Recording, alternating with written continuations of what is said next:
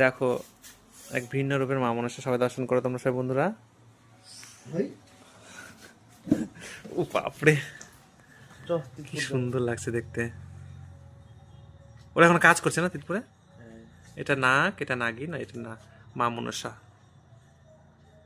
রাগে রেগে ভয়ঙ্কর করে দিয়েছো দেখো তুমি, সেই ওয়াও।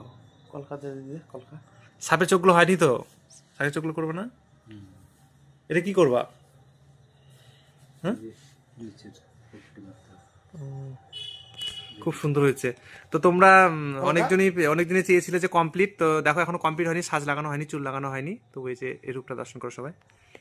তো আজকে অনেকটা রাত্রি হয়ে গেছে, রাত্রি করে আসলাম, এক জায়গায় গিয়েছিলাম। তো এসে দেখছি ঢেবেদার কারখানা খোলা আছে, সেই জন্য দেখো মাকে দর্শন করে। এই রূপে তোমরা মা মনসা দর্শন করেছো কিনা জানি না আমি, কিন্তু আমাদের এখানে কিন্তু এই রূপটা পুজো হয়, খুবই সুন্দর। আর তার সাথে কিন্তু শুধু মা মনসা নয়, মা কালীও আছে, বাবা ভোলানাথ আছে, একই বাড়িতে যাবে বলো ঢেবেদা, একটা বাড়িতে। আর ঢেবেদা বানিয়েছে।